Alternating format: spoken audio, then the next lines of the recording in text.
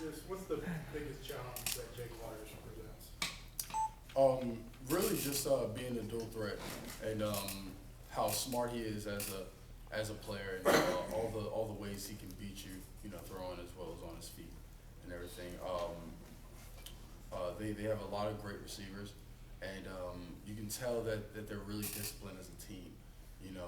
We've really compared them to ourselves as far as how disciplined they are and all the threats that they pose. So we're gonna have our hands full, but we've prepared well and we're ready. Kris, what's your approach to playing tough places on the road? Obviously, you've been there before. Do you enjoy it? I love away games just as much as home games. Being a defensive player is, it's not really as hard as not being able to hear anything. Being an offensive player, the offense gets all the noise on the road, but it's a great opportunity. I love seeing different places, and I love traveling with the team, and just getting to experience the adversity of going on the road and having to beat a top 20 team. Did they give you a little different look in the run game with the Wildcat and some of the other stuff they do? Yeah, they do a whole lot of different things. They put a lot of people back there to try to get you a little rattled, with some Wildcat stuff, as well as the quarterback being able to run himself, and them balancing that with their drop back passes, what makes their offense so good and so efficient. So just like I said, it's going to be a major thing for us to know what our run fits are and know what our responsibilities are as far as who's guarding against the pass and who's guarding against the run when they have those option plays where they can run the ball and pass the ball. Coach Malone said that because Kansas State is a top 20 team, this will be a true measuring stick, if you will, of where you guys stand as a team. Do you agree with that? Oh, definitely. I feel like in your season you always have these stepping stones, and you always have these games that really show you what kind of team you are.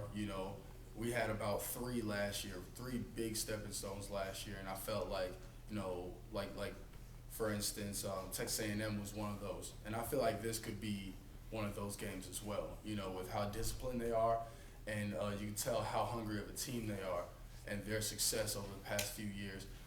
They're going to come out and they're going to be amped up for this game. At home. This is a really big game for a lot bigger game than I feel like a lot of people really realize for us and Kansas State. So it's going to be a really fun game, and I feel like it's going to be it's going to show a lot about both teams. How do you feel like you've played the first two games, being back at weak side linebacker? I feel like I played pretty good. Definitely room for improvement. I always feel like there's room for improvement for myself. But so far I feel like I played pretty solid.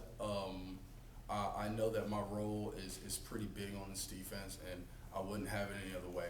And I feel like the more I get comfortable, the better I'll be. The faster I'll be able to move around, and just the more loose I'll be able to play. And right now I'm getting at that stage where I feel like an old guy, and I feel like I can make plays on the run and make my checks, and this is the most comfortable I've been playing football.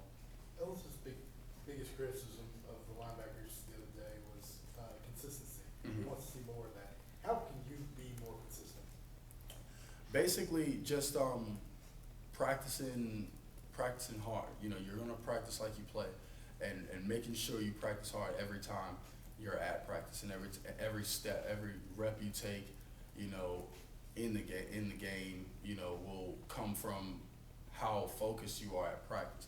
And I take it to heart, and it's really important to me, and I know it's really important to all the other linebackers as well.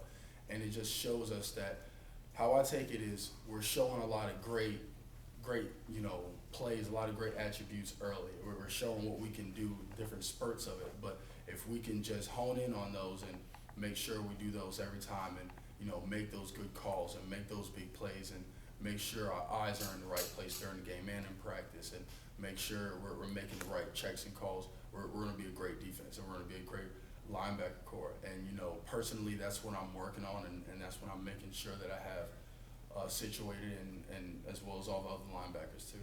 How important has the blitz been for you, the pass rush so far? Really important, really important. We have some guys that can rush the quarterback really well. I feel like our linebackers are getting even better at it, and we feel like it's a big part of our game. We feel like we can our ability to rattle the quarterback and get him moving around in the pocket is really important. And so far we've been doing a great job with it, and I feel like all we're gonna do is improve. What Coach Johnson's mentioned that you guys have struggled defending the quarterback runs. What is it you've noticed on tape, and what have you guys done in practice to help alleviate those problems? Really just having a QB spy on the guys that we know can run the ball. And you know, for the most part, college football is evolving as far as, you know, quarterbacks being dual threats, more quarterbacks being dual threats, and being able to run the ball. And you know, just basically just giving them different looks, you know, confusing the quarterback as well as blitzing them at times, the key times when we can get them on the ground. And us understanding the game, and Coach Johnson talks about us understanding the game a lot more and knowing that this is a good situation to blitz, you know, and knowing why Coach is calling the blitz from the sideline. You know, us being smarter as players and being smarter as defense players so we can understand. And so for the most part, it's just, you know, really just blitzing and getting to the quarterback, you know, guarding against QB runs is all about, you know, will, and all about, you know, how we know where to fit and at what times do we blitz, and at what times do we check it to another call. And for the most part, I feel like we're getting better with it, and we're just going to keep improving. There are a lot of people talking about Auburn right now, and obviously you guys, you know, won the SEC last year, went to the national championship game. You feel disrespected at all, or are you guys going to embrace that role? For the most part, we've embraced it. We've always played with a chip on our shoulder.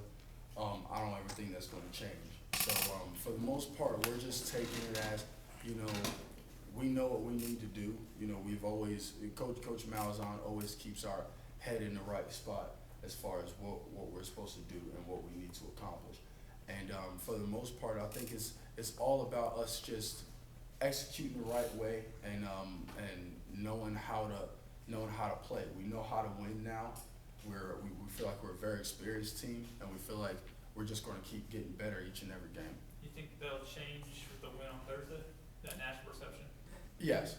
I feel like it is, but as far as, you know, people outside our team and how they view us, you know, we don't really care for the most part. You know, it's all about how we view ourselves and how we know that we're going to play on the road like this game, as well as other games to come. You know, we're just focused on us as a team and us getting better each and every week, and that's where our focus is going to remain.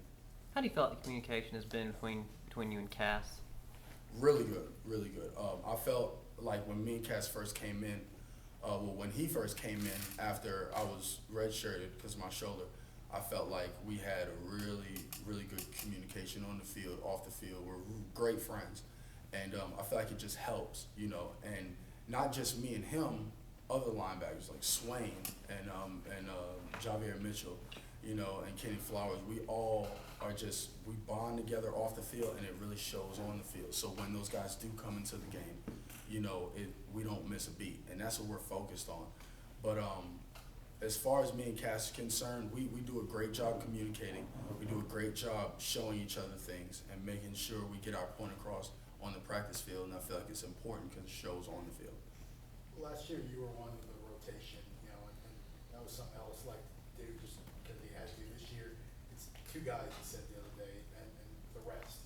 What's it like being a part of that two-man group where you know if you're doing well, you're probably not going to get pulled unless you're calling for a timeout? Mm-hmm.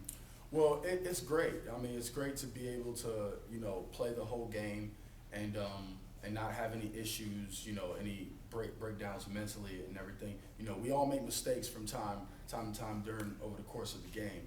But knowing that, you know, we're, you know, the guys, so to say, is really good. You know, we feel like we have a great supporting cast behind us, and we know that we have guys that can come in and fill in for us whenever we need. So that also makes us feel more comfortable. opposed from the fact of us thinking that if we mess up, we have people to come in for us. We think of it as a support factor. They'll put guys in if they can't get the word out on a certain play to us on the field, so they'll put them in for a couple of reps so that they know, because they've told them on the sideline. And when we come on the sideline, they'll let us know. It's all collectively about the team, and it's all about winning games and making sure Auburn's back at the top. All right, appreciate it. Thank you, Chris.